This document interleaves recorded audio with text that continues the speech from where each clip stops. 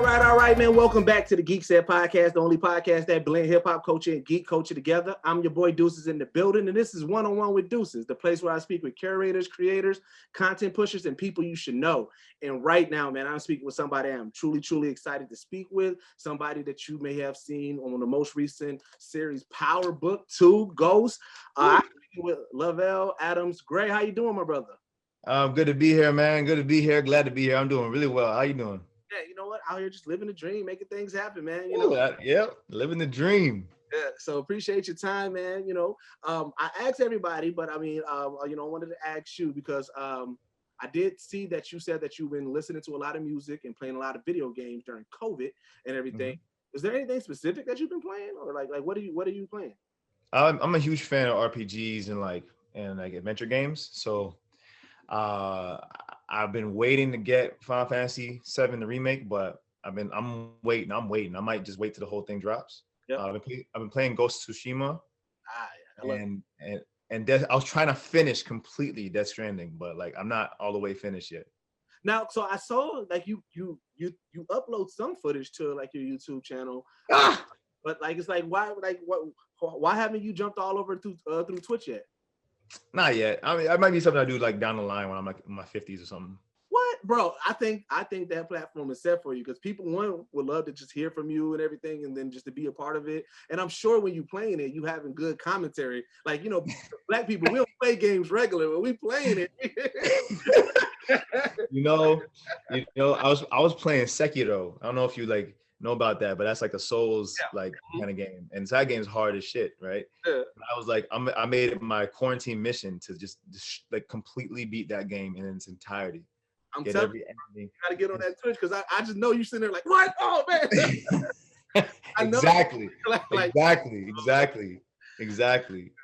So Lupe is one of your favorite artists. Like I said, he's not one of them. He's my favorite. Sorry about that. You're right. He is. I wanted to ask you, why do you connect so much with Lupe? One, he's Aquarius, like I am, okay. And two, his music like helped carry me through high school. Like him, along with Kid Cudi and Kanye and a bunch of other people. But like I remember walking through the hallways, reciting lyrics from like The Cool, from Food and Liquor, from some of his Lucy's, his mixtape tracks. Knowing learning everything about his discography and learning all the words. Like I just dedicated a lot of like mental energy to like knowing his catalog. And then so every time he drops a project, like it would be me and my boys at the lunch table debating hip hop, and I'd be saying like Lupe Fiasco is one of the greatest lyricists of all time, and my boys would be jumping, like we would just jump all together, like trying to say no, he's not. This is why. And I'm like, listen, watch when lasers drop. And then lasers drop, and then we got something completely different, right? So it was like I just been like, I dedicated so much of my like I said, energy and like time and everything with everything he put out, because I really support it, and especially because to me he was for a long time like a big underdog in the game. Like he wasn't getting his flowers, so I was like, bro, like every album he drops, like especially The Cool, Drogas Wave, like Tetsuo on Youth, I'm like, it should have, like, to me, in my opinion, everything he dropped should have gone platinum, you know what I mean? But we live in a world where, the music that goes platinum isn't really anything that's of substance a lot of the time. So it is what it is. In my dream world, it's 100 times platinum.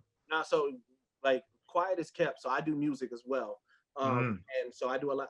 We did a lot of music and show with Mickey Fax, who was pretty much Lupe Fiasco's understudy.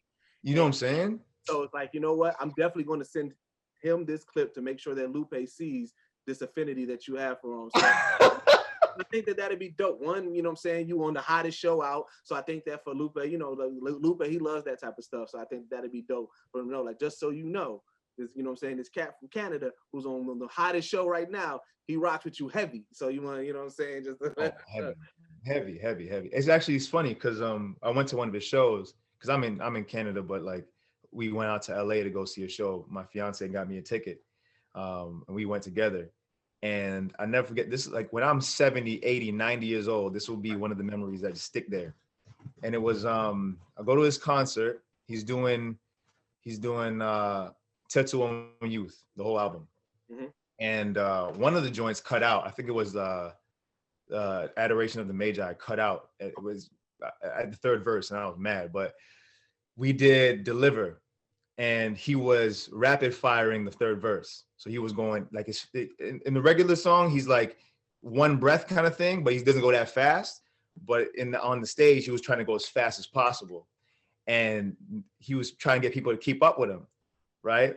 Yeah. And so he jumped in with one dude, and the dude was like stumbling over and messing it up, and the guy's like, "No, you gotta be ready, you gotta be ready." And the whole night, I was reciting every single lyric that he like of every song he played, and people around me had noticed, so they were going like, "Oh, he's ready! Like this guy right here is ready." And I was like, "Oh shit! All right, okay, let's do it." So he's like, "All right, let's go." Because he comes to me, he's like, "Can I get the lyric from the scene? Get a little something." I'm just like, boom, with him, keeping up the whole time, word for word, boom, boom, boom, boom, boom, boom, boom, boom, boom. And he stopped, pauses, and he's like, "Oh, okay," boom, jumps in again. I'm like, right there with him, and we finish, and he's like, "I'm really glad we did that," and I almost died. Like, I was like, that footage got to be somewhere. Is it on the internet? My fiance recorded the video. Like, I was like, she recorded the video. Shout out to Kiana. She's upstairs. Yeah. But like, she recorded the video. So I have that like forever. That is dope. That is dope as shit, man. I think it's those moments like it reminds me of when I don't know if you've seen that footage. I think it was maybe the end of 2019 where that kid was out there at somewhere in Chicago just freestyling with the people, and then Common popped up. So him and Common was going, and they was just freestyling about what's around them. Like, oh, there go my man over there with the blue shirt coming out walking. And it was just that moment. And I was like, those are the dope moments, man. Those are the moments, man. Those are the like, that fills the soul. Those are the things that like stay with you. You know what I mean? Like stay. Yeah. Like, oh. And now you said that you're waiting to create a moment, because I know that you said that you always wanted to drop some bars on Sway. Now, my question is this: like, so you're ready. That means that you got bars ready for Sway. Not even, man. When I say I freestyle, off the top of the dome, I don't have nothing written down. Okay, but what you have that skill set? What you're saying? Yeah. Okay, that's dope. I'm staying confident in it. Yeah, man. So, like, I'm not a rapper. I don't follow that as a trade, you know what I mean, or as a craft. So like I'm, I can't go up and do like 5 Fingers of Death like King Los, but I'm like, I can come off the top and say something real quick and do a little thing and have a little hot bar here and there.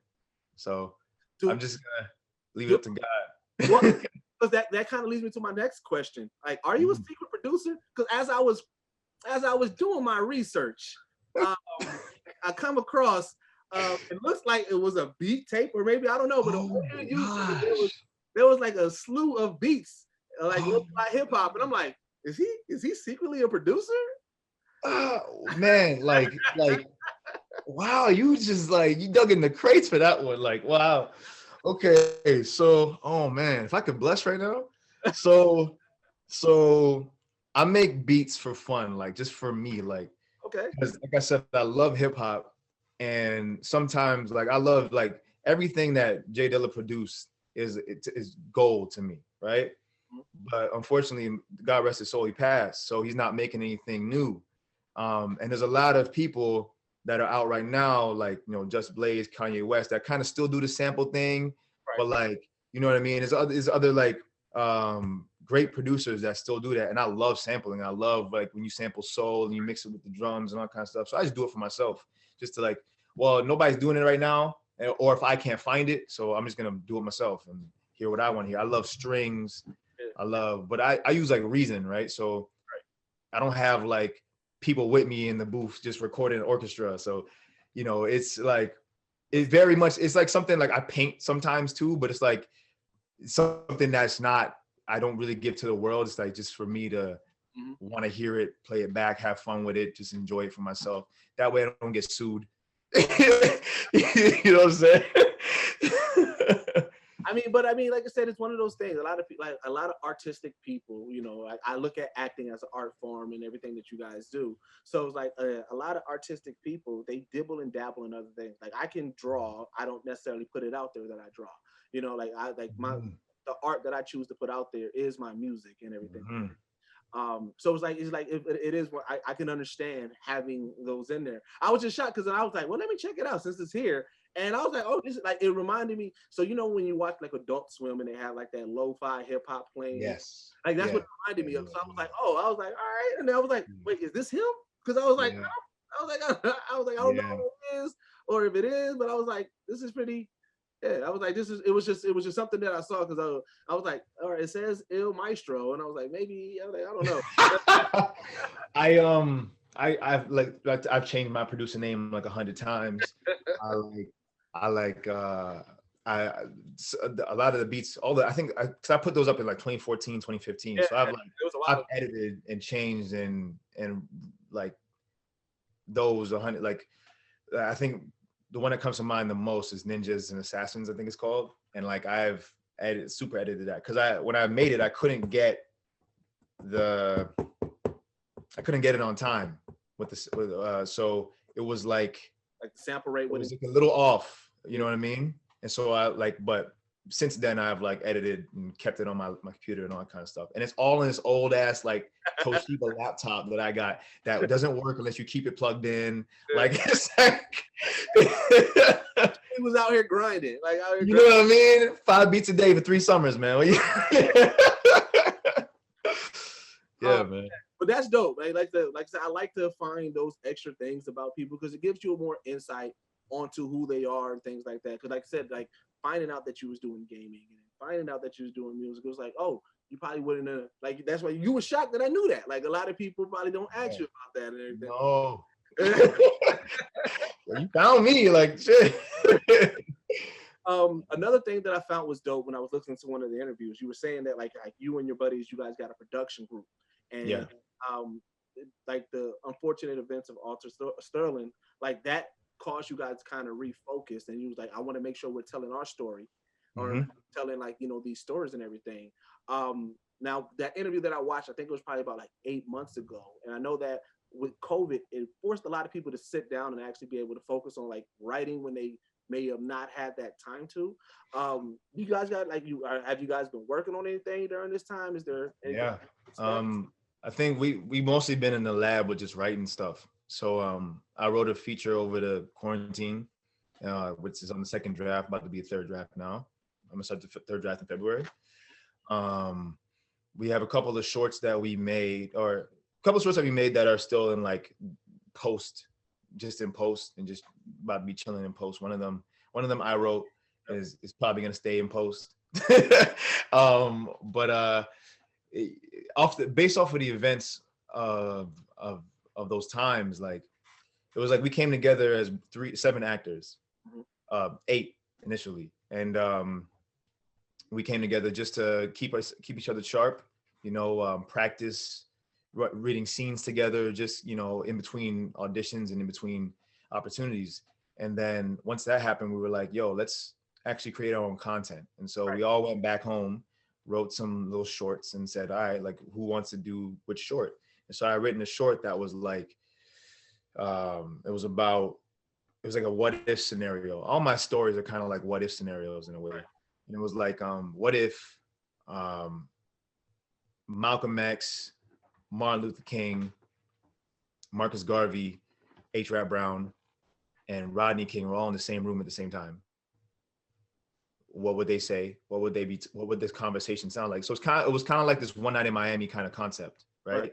Where you have everybody in the room at the same time. And like, what are their differing views and opinions and thoughts? And how does that mirror today? So it was like this story that went between the past and the present at a funeral. So it was at Martin Luther King's funeral, God rest his soul, and this other boy's funeral named Martin in the modern times. And so how these arguments and these opinions still haven't gone away. So you have some people saying we should do this. You have some people saying we should go get land in Africa. We can do so now because we have billions and billions of dollars of Black folk. We can go do this. We don't need to buy, you know what I mean? All these kind of different opinions. We should go fuck everything up. And so just how do we just was trying to show the similarity of like how if you don't know your history, you're doomed to repeat it. Right. So it was called The Old Proverb. And so I had written that, we shot that. I didn't look the way I wanted it to. So I was like, we're not putting that out. But it was a cool, something I might want to revisit later on down the line. Yeah, it sounded like a really dope ass project, because it's like, that's the one thing that I always say is like, you know, when we can take historical figures or just historical moments and then create these what if scenarios, but it has some type of like true underlying message. I think that those are some of the best creative things, and especially in this world where we're seeing a lot of dope Black creative writers, directors, actors, and everything. And we're pretty much finally getting to tell our side of the story, or just even do what we want to do. That's the one thing that like I respect for like creatives like you, because it's like, yes, like, yeah, we're preaching independence and we're also walking that path. So let's tell our story. And this is what I got going on in my mind. So I love that you are pulling those what if scenarios, because a lot of times those what if scenarios breeds the best conversation. Yeah. You know, I really respect artists like Boots Riley, who are just making things outside of the box, you know? And like, that's what to me, that's what cinema is all about. And that's what like Black creativity is all about, right? We've always been outside of the box. We've always been Basquiat. We've always been, you know, Chevalier, all these different people that have come and like flip things on their head, you know, and challenge the way we see things and the way we think about things, and just our concept of story in the first place. And so when I saw Sorry to Bother You, I was like, damn, like I never seen nothing like this, right? And now he's coming out with that new story with my boy Jarrell Jerome. So it's like I'm so happy to see somebody that is willing to take risks every time they make art, right? You know, instead of doing a big thing. Yep. And so like one of the like imaginings that you actually got to be a part of, and even though it was in the comic book realm, but you did get to play Barack Obama in DC tomorrow. But like that was like a what if scenario, like yeah. But I did see that, like how you said that one of the stage, I think you said the stage handlers, they kind of like help put that fire under your belt, because like you know, at like on set when you got there, you said they was like, look, you got to do this, but then like they were really impressed by what you were doing and everything. Yeah. But look, so like that's been out for quite some time, and looking back on it and everything like that, like how did you feel about that portrayal in general? Like how did you did and like the impact it was? I thoroughly enjoyed that. It was like I feel like, to me, the person that I would want to cast as Barack Obama would be like Will Smith, because they had said that at one point in time. So I was like, I want that in my mind as like the thing. And then they also did the Barry Netflix special, right? So I was like, okay, his story is being told already. I feel like I don't need to like add to that. But then when I got that opportunity for DC, I was like, well, if I never get the chance to do this again, I can do it now. And I'm like, and it's in a fun landscape where, you know, it's just like a crazy what if scenario, right? Like what if superheroes and people were chasing, you know, a young Barry? So it's like, it was just all these like fantastic things that came together. I got to shoot it in BC and stuff, so it was like beautiful environments and stuff like that. So it was just like, it was a crazy thing. It was really, really fun. I really enjoyed, like, and people were saying like, what, like you close your eyes, you really sounds like Barack Obama. And I was like, hey, I'll take that. Like, you know what I mean? That's what anytime that somebody's playing somebody, that's what I do. I close my eyes first when I'm listening to it, just to kind of see. And I was like, okay, I can hear, like, you got the cadence and everything. But like, most importantly, like you said, even though the story has been done and, you know, a lot of people throw Will Smith, you are DC's Barack Obama at this point. Yeah. Yeah.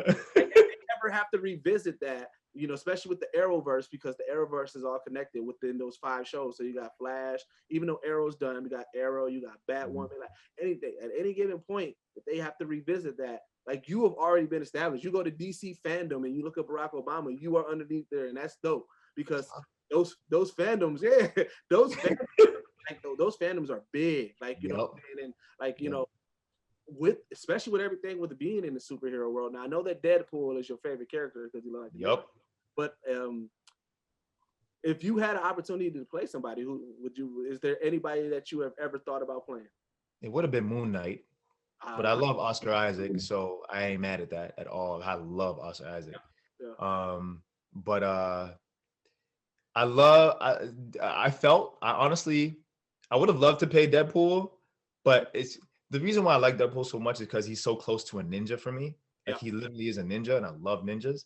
So like if they ever redo Blade, like later on down the line again with without Mahershala, like I would love to do a Blade, um, or like or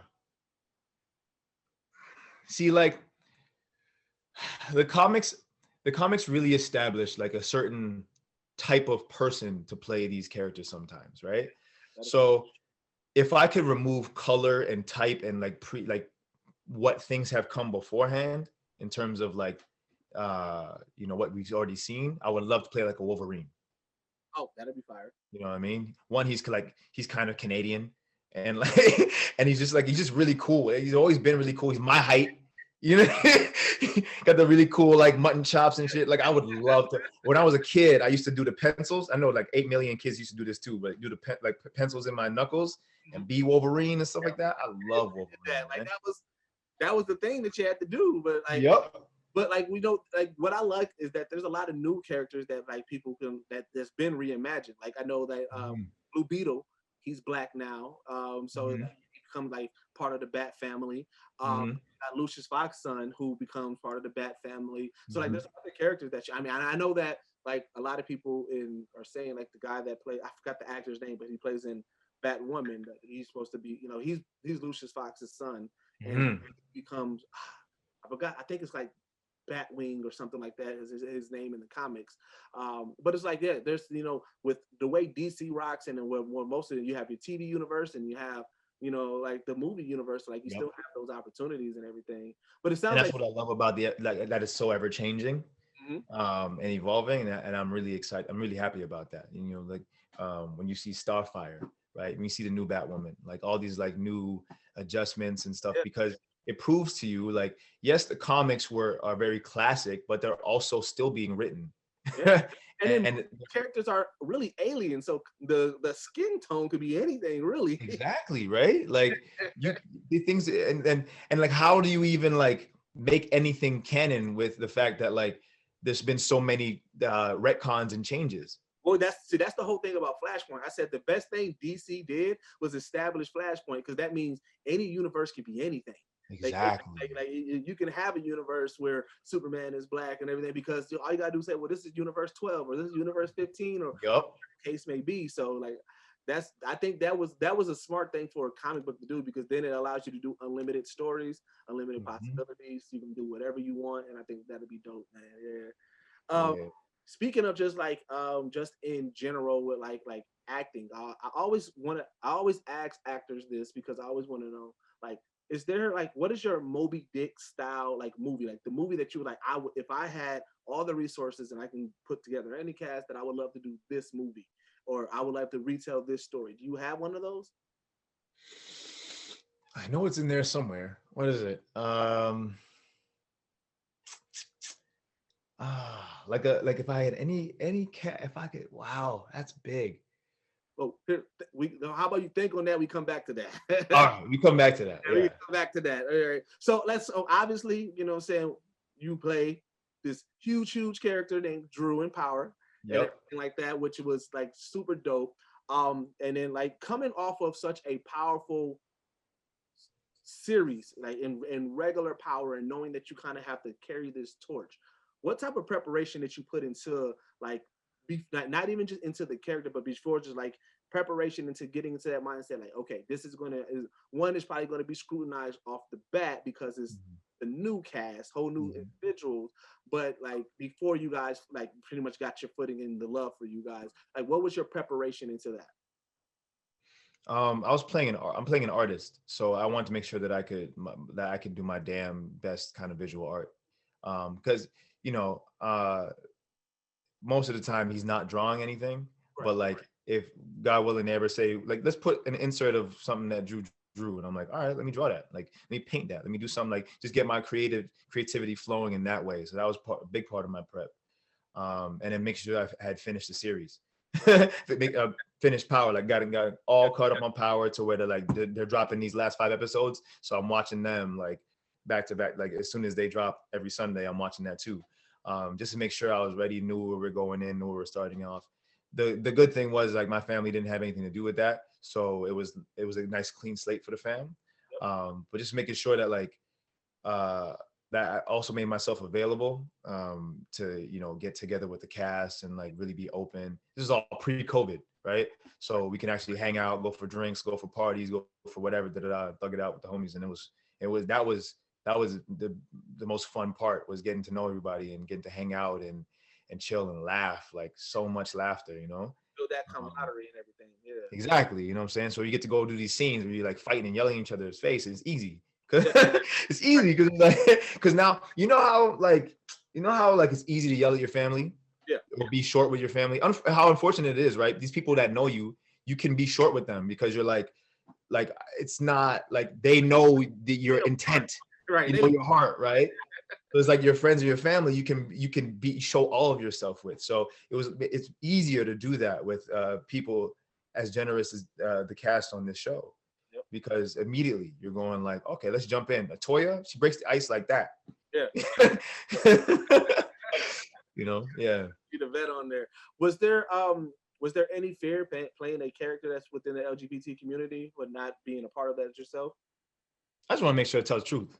That was like, I feel like with any role as an actor, the fear is that like, what if I'm not right for this role? What if I can't tell the truth as much as I can? But like, you have so many tools around you, you know, as an artist, that's our job. Our job is to deepen our empathetic capacity to be able to tell stories.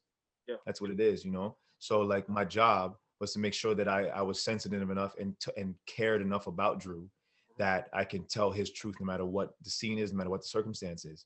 Because at the end of the day, I'm not Lovell Adams-Gray isn't like, me and my personal preferences and my lifestyle and what it is has nothing to do with Dru.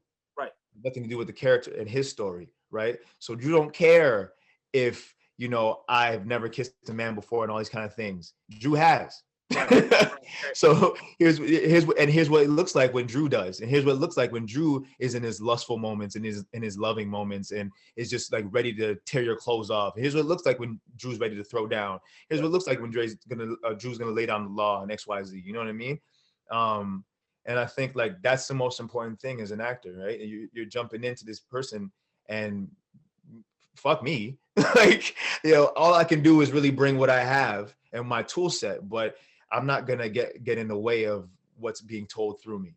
Right. And you know what? Here's what I think is dope. And like I had the same conversation with Gene Ellie from Insecure, because you know, same scenario. He's not you know, he's not gay, but he plays, you know, a character that's gay. Much respect to the writers on Insecure and the writers on Power, and you guys as actors. What I think is always the best to portray these characters is that we've got so used to the sexual preference of the character being the focus. But when you look at Dru, him and his walk of life is not that. You're more into like, dang, why does Dru want to take things a different way and Monet is not seeing it, but then the dad sees Dru in a different light. Like you have these, right? So like though like you said, you know, he was gay, the character was gay, that was not the focus of the character. The character had a story, had an arc, and his relationship was just, like I said, it's just as normal as Ghost and Angie's relationship, or normal as, you know, like Tariq and all, you know, the relationships he had. And I think that that's where I do appreciate the show, because it's like, I know that at first, when it first happened, like there was a lot of backlash, and I'm a big supporter of the LGBT community. I'm an ally. You know, one of my cousins, she is an activist within the LGBT community out here in Milwaukee, Wisconsin. So it's like when people was like trying to bash it, like, oh, you know, shows keep on doing this. I'm like, no, like one, if you went into Power thinking you wasn't going to see sex, you haven't been watching Power at all in general. And I was like, two, like what? You think the world's not going to have, you know, same-sex relationships in it? It's going to happen. So I was like, to me, it wasn't a shocker. I'm like, what show are you watching for one? Like everybody knows Power is 25% sex. Like that's how 25%. Yeah. And that might be underselling it a little bit. That might be underselling it. But I do appreciate your approach to that customer. I mean, not customer, that character, because like the way that you the character, like I said, I'm more in like, oh man, like how Dru's gonna balance this relationship, and you know what I'm saying, and then just like how, oh man, but like I know like Dru, he can run the ship, but like he doesn't want to do it like how Kane's doing it, like so it was like that storyline itself was way more interested in, you know, just who y'all fucking, because like that's always just like that just happens in power. Like it's like but it speaks to the audience and like people in general in the world. Like they don't like to mind their business. We want to know who everybody fucking all the time. Right? So, like, but my favorite thing about stepping into Dru's shoes and putting those things aside is I get to like the people that I love and the people in my family and in my community and around me who are a part of the LGBTQIA community get to see themselves in something I'm doing, get to see themselves in Dru, get to see a truth that yes, he has love and he's pursuing this love full out, right? It's not so much, it's not like them, it's not just, and it's testament to the writers because they're not hiding it. They're not shying away from the truth. They're like, no, he wants Everett to be as truthful as possible with him and be true to who he is, right? And try to be like a dream lifter and lift that up out of him and encourage him. And how many people like have you seen in your life and in your lives have you seen doing that, right? Trying to bring out the best in this other person in the relationship, and whether it damns them or not, whether it's something that's, you know, at their detriment, right? Like it doesn't matter what I'm doing as long as you're doing well. We self-sacrifice all the time. And I'm saying that Dru is self-sacrificing in that way, but I just mean that like he really cares about somebody. Yeah. He cares about Everett. He wants Everett to live his true life. And, you know, like I said, I can imagine that is a constant, that just in general, that people like you, like somebody is in a different wavelength. You are at a confidence level here with your life, with everything that you are, with everything that makes you. And then you see somebody who is similar, but they have not got to that level. So you instinctively want to help them get to that level. And that's what you see with that Dru and Everett relationship is Dru is here. He's confident. He, you know, he doesn't hide it. And he's like, I want this for you because it's freeing. You can be yourself without worrying about anything. And, you know, so like, that's that constant battle that he has with his relationship. Yeah. Like, I get it. Hey. So you preaching right now. Did I forget the clacker out there? I'm just gonna clap. You have brought it too. I know, I'm just gonna clap. I'm mad because I was definitely expecting you to get it. I mean, I could quickly go grab it. Just clap. 1, 2, 3. All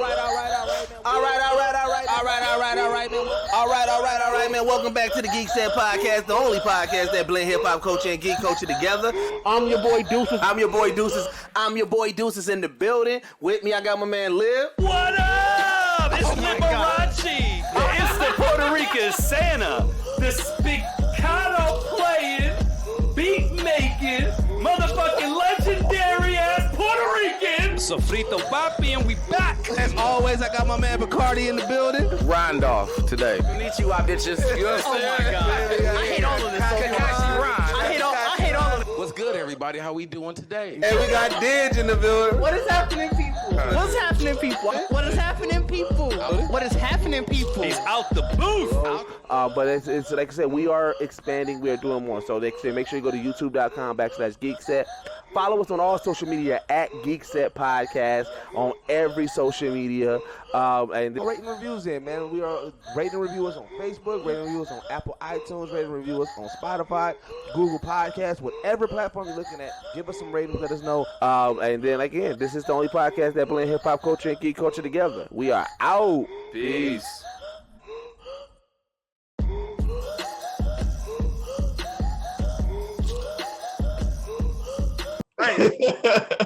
So, I mean, like I said, I've already told my listeners that it's like spoiler alert, so they already aware of everything that's happened within this season. But I got a theory that when Dru comes back, Dru's going to be a different man. I feel like what Monet wanted Dru to be, I think a little bit of that's going to be like it's going to start seeping in. That's like because I think so as well. Yeah. I think so as well because you got shot. Yeah. You know, in service of your family, right? And I think that hardens you a little bit. Yeah. Because one, why did you get shot? Because somebody in your family is fucking up. Yeah. You were trying to protect the people you love. So now, and there's already that other side of fear where I could have died doing this. I put my life on the line for my family. Yeah. So now it's like, okay, what else? There isn't anything I wouldn't do for these people. Yeah. So maybe it does now, that getting shot does now make Dru be like, okay, so maybe I can dip into the family business a little bit more and actually like really step up and control things, since now I don't know if Kane's going to be here or not, right? If he's going to smarten up or not. So I got to do it. Yeah. Diana's a little too young. A little too young. And Pops already want me to run the business anyways. And Monet see me in a different light. So, you know, maybe it's not so bad, you know. But the thing that breaks my heart a little bit as the viewer and as a person who is stepping into Dru's shoes. So this empathetic capacity that I was talking about, where it's like, the more Dru invests into the family business, the less he's doing his work, his art, and creating his craft and nourishing that side of him.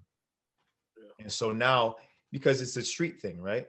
Yeah. You're forced in the streets to see things cut and dry and see people for the ugly instead of the beautiful. Yeah. And my favorite thing about Dru is that he sees the world and all the beauty in it. Yeah. So now, because of these experiences, I anticipate that it might force Dru to have to see the ugly and continue to push his art to the side. But I don't know.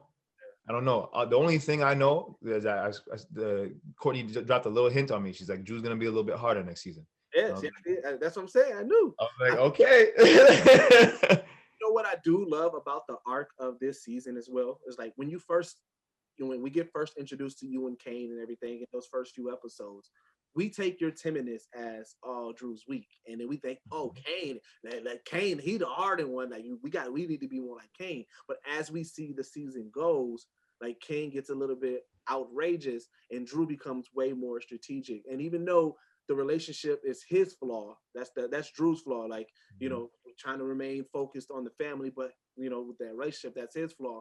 A lot of the choices that he makes turns out to be, you know, like smart, calculated choices. So it's like, then you start seeing like, oh, wait a minute, we thought we wanted more Kane, but like Dru actually, you know what I'm saying? Like we start seeing what Pop see, because I remember at the beginning, everybody was like, why does Pop see? What does Pop see in Dru? You know, that because like that nobody else sees, because you know we were like, oh, Kane definitely should be. Kane kind of reminds you of kind of like Tommy a little bit, you know. So like, you know, you always root for that type of rah guy. And, you know, the way Monet runs things. So it's like, we can't never see Dru running things. But now it's like, oh, you know what? Dru actually with Tariq is actually like a good combo, because like, and so it's like, then you start seeing it now that Tariq is technically a part of the family, it's like, oh man, they're about to really shake shit up. Like, you know, so. We're the Brooklyn Nets now. Yeah. Yeah, the Brooklyn Nets. Oh, man. So, is Ghost alive? Oh man, you know what Courtney said. One, Ghost never died, and two, that dude buried in the ground. Like you saw him. So I keep on joking that like Ghost is like the TV show Tupac. Like everybody swear that he lied. Exactly. No, he was. If you look at the corner, he was there. Like everybody just wanting him to be alive, and it's like, bro, Ghost is gone, man. Let me tell you this conspiracy. I probably shouldn't say this in public, but let me tell you this conspiracy I came up with. Because I be watching movies, right? And I remember that I never forget when I did my little research about Eyes Wide Shut and how like Stanley Kubrick kind of passed away after he made that movie. Right. So I love Michael Jackson with all my heart. Grew up on that man. Same with Tupac. Same with Prince. Yep. Right? And the circumstances are a little too mysterious in their passing. And I was like, what if there is just there's a package, right? A package where it's like, you can purchase this package if you have X amount of dollars. We'll fake your death for you, send you somewhere else, and you can just live out that life. all your days, right? Whether it be on an island here in the world that's super private, super blocked off, no fly zone, Bermuda Triangle, something, right? And you're just out there, right? So now that island has Pac, Mike, Prince, probably Biggie, probably all these people that just like so many weird, like there's so many questions. There's so many questions. It just can't be like this person gone and like you understand it. It's like so many questions, so many weird timings. Yeah. You're just like, maybe this is like you pay like $250 million and your life is set. You're now, we fake your death for you, establish it. It's now in everything. Every outlet knows that you passed away at this particular time. But you can go bounce and change your hair color, whatever, and you're just out there on this island living life, having fun. Now, I shouldn't say this. If it's real. If it's real. I'll be around tomorrow. I might be on the island. So, what's funny? Like I always said, and this is my theory about like heaven and then when you pass away, I was like, what I hope, like the first few months that if I go to heaven, I'm in heaven. I was like, I feel like I'm not gonna like talk to my ancestors there, because the first thing I'm gonna do is like, hey, do you guys got like the world on Netflix or like on demand? Because I just want to watch. Yep. I need these answers. I want to know what with everything. That's my theory. That's what I want to do. It was like I want to just spend the first few moments just like, okay, oh man, what happened with JFK? Watch it. Like, I just want to do all that. Oh man. I would. There's so many things I would be digging through those crates, man. You got to, because it's like digging through those crates. There's so much stuff that's like, wait, what? Okay, that doesn't even make sense. And like, I need these answers. I do. I would. The first thing I'll look up is what's the secret behind coronavirus. Oh yeah, now, yeah, definitely, yeah. I need to see the moment that it happened. Where everyone's like, where, when, how, who did it? Was it plotted, or was it like naturally coming out of the earth and the gas or something like that? Like, what are we doing here? Just feed that part of my brain. Let that part be satisfied. I think that's one of the reasons why, like even as crazy as Ancient Aliens is, I watch it and I'm glued to that show. Because it gives you a good history, but then like they ask questions and I'm like, yeah, man, it gotta be aliens and stuff like that. Cause it's like some of the stuff you don't like, it doesn't make any sense. And it's just like, you just really want those questions or those answers and everything like that. So, I want to watch the pyramids being made. Right. Because the pulley system to me, like, I get it. Like, okay, yes, we've seen pulleys, but I'm like, I feel like back in the day, those pulleys wouldn't have been strong enough to make these. So like, that can't be it. Like, I don't know. I just was like, they wouldn't feed those slaves properly. So like, how are they even strong enough to be lifting these limestone? I don't know. See, I go on and on conspiracy theories, man. I freaking love, like, I dive deep into that. Like, I know that they just released those, like, it was like 2,000 pages of UFO documents that they released to the public. And I was like, man, I need somebody to read through it and give me the cliff notes. Cause I'm like, I don't know if I want to. Cliff notes. See, here's my skepticism combined with my conspiracy theories, right? It's like, what if them dropping that 2,000 page document is just to keep you engaged and distracted from this other thing that they announced in the news, but because they announced it and nobody paid attention to it, they're covered. Like, as long as we announced it, we're not doing nothing behind the people's back. Said it, like, yeah. You know what I mean? Like, they be doing that all the time. Like, there's a bill they passed or there's something like that, and then like there's some nonsense that happens right in your face. You're like, oh, this thing. Well, when the whole Corona thing happened and Trump was doing the fake news thing and stuff like that, they had like, there was a UFO footage, and then like they like Area 51 was like, yeah, we don't know what that is. Like, they just flat out said it, but nobody covered it because of everything that else was going on in the world. Yeah. I was like. But now they can say, like, no, we told y'all that we didn't know what it was. I didn't want to listen. We tried to tell y'all. Like, they can take that and they can do that. Yep.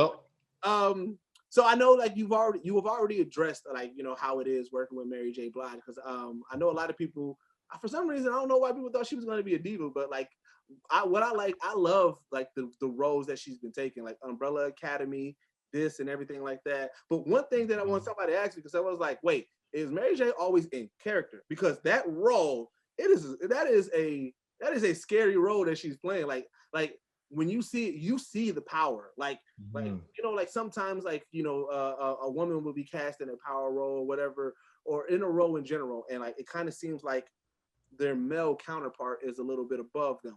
But with Monet, like I'm just like, yeah, I wouldn't want to cross her.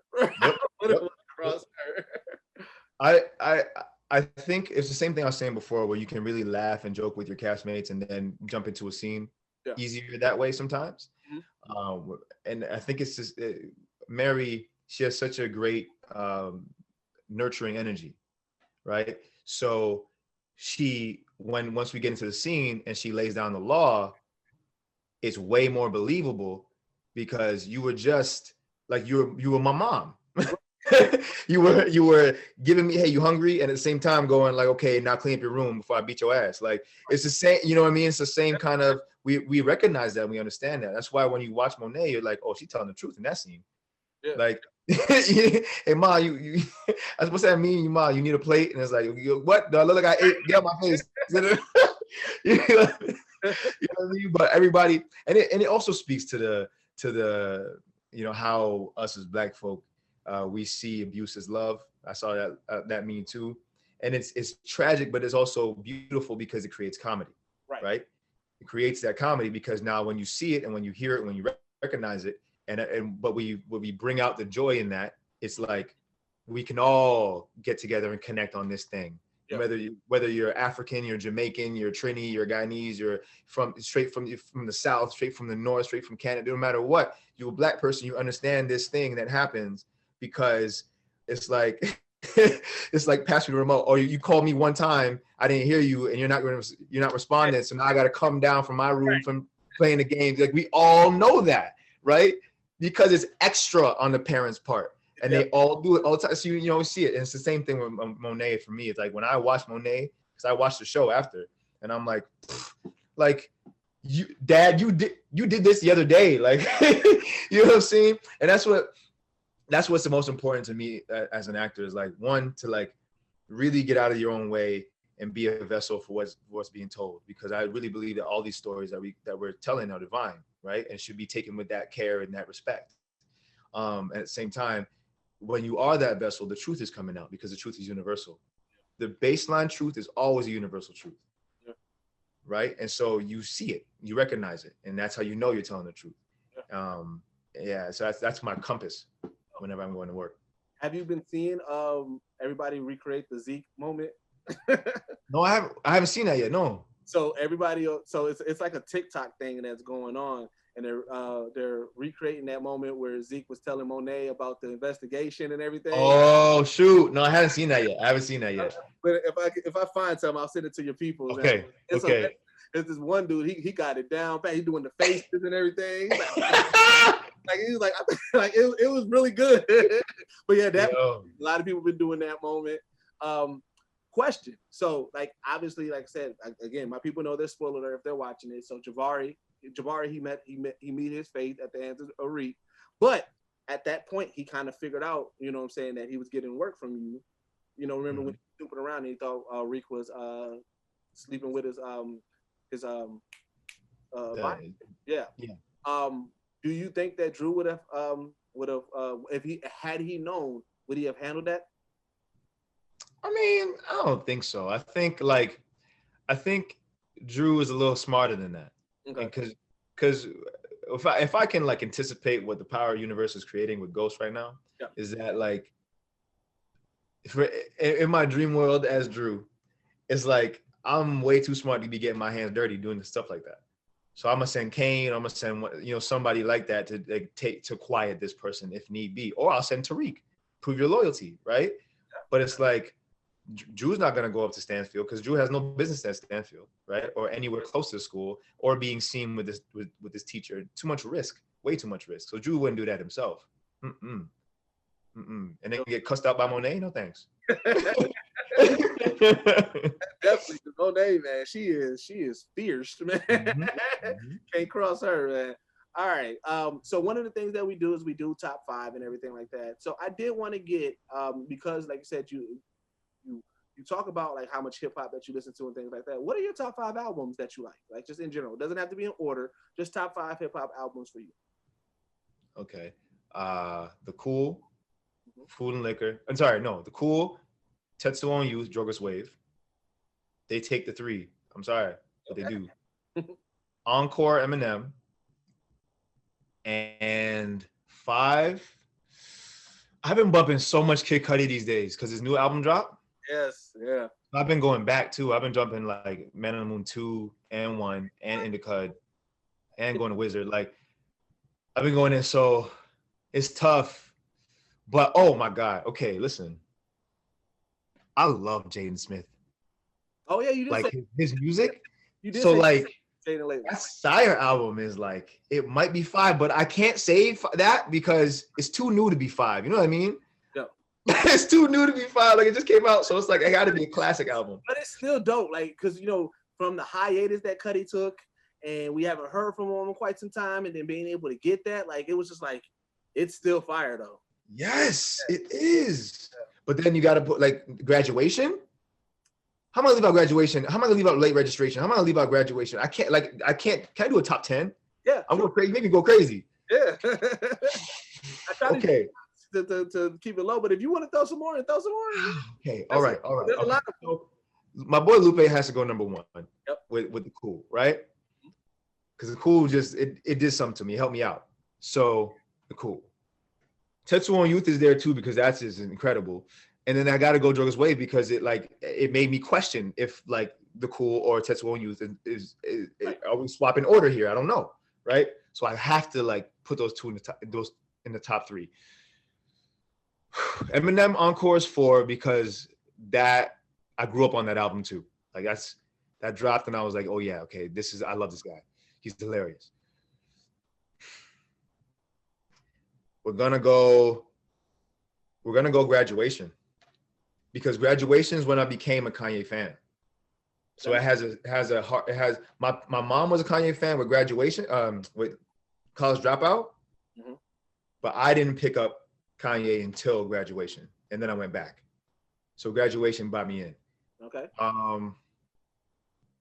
As much as this, look, I get no street cred for this, but the Valentine's Day Massacre or the Massacre, 50 Cent's album, yeah, I'm putting that 6.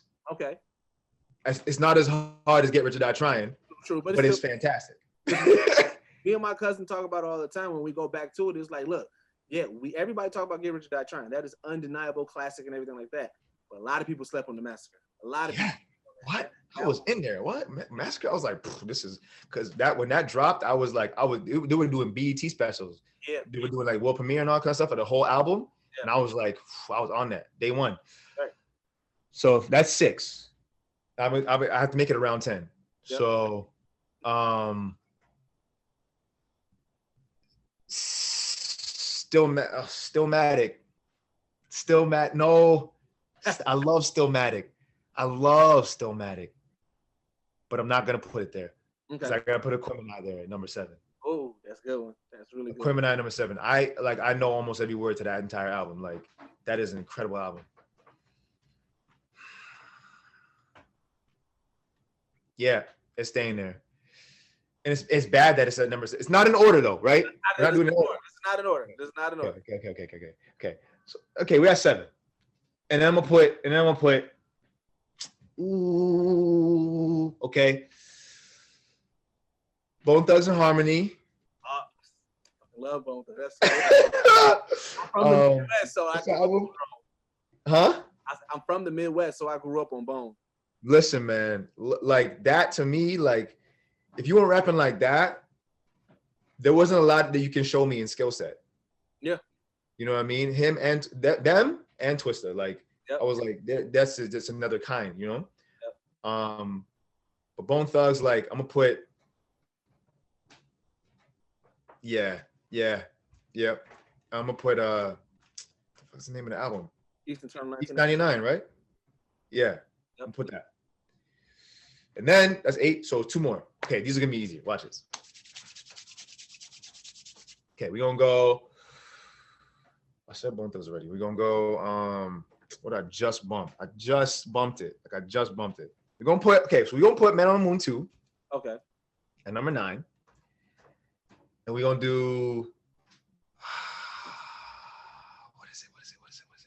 said Bone Thugs. Bone Thugs reminded me of this album. Bone Thugs. Oh, shit, man. DJ Quick. Friggin' Safe and Sound. Definitely got nothing but love for DJ Quick. That's you know what I like. It's like, and I wonder if it's the same. So because I'm from the Midwest, for the longest, our Midwest sound wasn't really established as a Midwest sound. Like a lot of people got pulled either way. Like they pulled St. Louis to the south, Detroit, you know, so Eminem, Royce, and all of them, they kind of got pulled to the east. So it's like we had like that sound outside of like the Chicago sound. So for the most part, like we got a gumbo pot of all type of music, right? Yes. Like my music like spectrum is I can pull from the south, from the west, from the east, and everywhere. So when you from Canada, I feel like that's the same. Like from everywhere, because you did name, like I said, East Coast, Midwest, down south, like you West Coast, like you kind of got a grab a gumbo pot of music that you're listening to. If I could say my music taste is one thing, it was the first time I ever went to LA and I bumped West Coast music in the West Coast, and I was like, this is me as a human being. I realized that at that time. I was like, okay, driving up PCH, playing like DJ Quick, I'm like, this is exactly what I need in my life, right? These kind of, you know, listening to Regulate and all them shit, like all those kind of sounds, those like make you want to just bop a little bit. You know what I'm saying? Yeah, like that. I'm like, that's in my blood. I don't know where it's from, but it's there. But I gotta, if you give me a bonus album, I gotta throw a Drake album in there because Drake is incredible. And I wasn't even like thinking about up here. I really was going region by region. So if I'm gonna put a Drake album in, I'm gonna put Views. Undeniable. Yeah. Yep. Views. That's dope. So you know what? As you was talking, and I wanted to bring it up because you was talking about how much like you was bumping Kid Cudi. I feel like you can play the Kid Cudi story. You can be that'd be because I feel like Kid Cudi story needs to be told. Oh, what? Absolutely. I feel like you would be a shoo-in for that. That would be dope. You know what's funny though? My friend of mine, he's an incredible actor and he's doing it right now. His name is Stefan James. Right? You've seen him in 21 Bridges. He's up there. He reminds me so much of Kid Cudi. His voice reminds me so much of Kid Cudi. That was like every time I listen to Kid Cudi, I think of him. But every time I look at Kid Cudi, I tweeted this at Kid Cudi, but I don't know if you didn't see it. But I said, you need to play Basquiat because he acts too, right? And he looks to me so in the face, resembles so much like Basquiat. Yeah. So I'm like, you need to play him because I feel like one, you'd get him. Right. And two, you just look like him so much. That artistic outlet is so Kid Cudi so out of the box, and so was Basquiat was doing his own damn thing. Didn't give a fuck. They definitely do. I looked that up too. They definitely look like a couple of other people have said it too. Like, you know, Cudi could be that'd be dope. Matter of fact, I would love to play Cudi because his story is incredible. I would love to play Cudi. Speaking of Twitter, why'd you abandon Twitter? What happened? Man, you know what? I get off of Instagram sometimes. I take it off every now and again, but I kept my Twitter on, and I was so distracted by Twitter. Like if I wasn't, because the scroll is it's so funny. People just go crazy on like the shit people say. It's just like so funny that I'm scrolling for like hours, just like on Twitter. I'm like, nah, I gotta get rid of Twitter because I don't scroll that much on Instagram. So I'm just like, okay, I can keep my Instagram and get in and out, delete it here and there, but I have to wipe out my entire account because like it's just a huge distraction. Like I would delete the app and then go on the browser. Like, then that defeats what I was going to tell you because like so this one creator I know, the way that he unplugged is he only has Twitter on one computer at his office. So meaning that when he's at home and he's doing anything personal or anything like that, he doesn't have it installed on any of his phones, his iPad. But so pretty much the only time that he's using it is if he's using it to promote something, use something, because he's literally at work while doing it, and he'll have it up and in for that moment. So I was going to tell you like maybe try that, but you just said like you go to the browser on your phone too. I know, yeah, man. I mean. It's a smart idea, and that just speaks to my discipline. I have pretty good discipline, but when it comes to that, I was like, this is hard because it had everything on it. Advice, man. No, so there's this dancer who did a dance to one of my songs, right? So I was like, all right, cool. And he did it on TikTok. So I'm like, bet. All right, let me just download this TikTok app so I can see what it is. And you know what I'm saying? I can support it and everything like that. And ever since I downloaded that, TikTok is the worst social media because it literally just scroll. And I was like, I found myself where I'm like, all right, I'm just going to check it real quick and see what's popping. And then it's like an hour and a half. I was like, man, I've been on TikTok way too fucking long. I was like, I got to go for this shit. So yeah, I feel you on that, bro. Like certain social media platforms grab you. They just grab you. Yeah. And Twitter's smart because of the color scheme and everything, and you know it when you see it. And same thing with IG. When IG's on your phone, the pink and the white, whatever square it is, like it's you want to click it. You want to press that button, or it's, you know, so it's a challenge, man. It's a challenge. All right, so last thing that we do recommendations. It could be something that you're watching, something that you're reading, something that you're doing, but something that you think that our listeners and viewers should check out. If you haven't seen Ma Rainey's Black Bottom, watch that. Okay. That's the best film I've seen all year. Best performances I've seen all year in a while. I'm about to watch One Night in Miami because I read the script, but I haven't watched it yet. So I got to watch that. But I recommend it. So I know it's going to be good. What else am I watching? I'm watching, I